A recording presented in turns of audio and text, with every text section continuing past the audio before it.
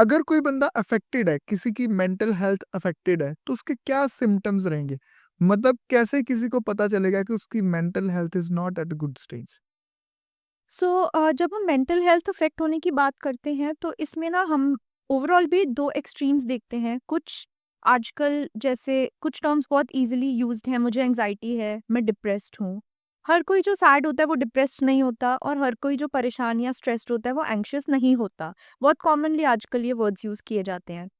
जब हम mental health की बात करते हैं, सबसे कॉमन चीज़ें जो हैं सारी एज ग्रुप्स में, टीनेजर्स से लेके 70 ईयर्स तक की एज में, सबसे कॉमन है depression, anxiety and substance abuse. Substance abuse तो हमें दिखता है।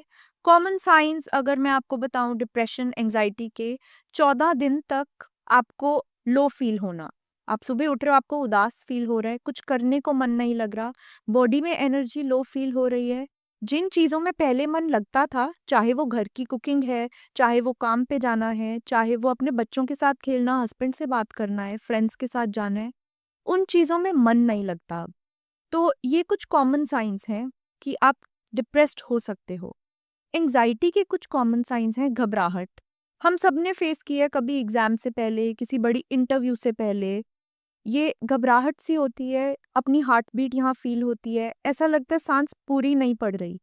तो एक एक constant feeling of tension background में जो चलती है, अगर ये 1 हफ्ते तक चलती जा रही है बिना किसी कारण से भी, तो हम ये कह सकते हैं that may be you are getting anxious.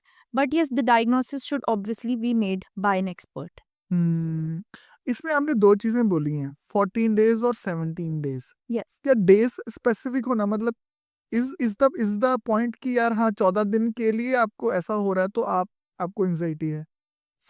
देखो, जब हम डिप्रेशन का डायग्नोसिस बनाते हैं तो ज़्यादातर लोगों को ये पता नहीं है, उनको लगता है कि साइकेट्रिस्ट हमें बस बात करके कुछ नतीजा निकाल लेगा कि मैं डिप्रेस्ड हूँ या नहीं।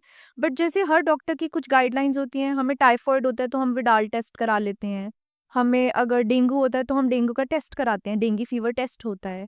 उसी तरीके से हमारी मेंटल हेल्थ में हम साइकेट्रिस्ट भी कुछ सिम्टम चेकलिस्ट्स देखते हैं।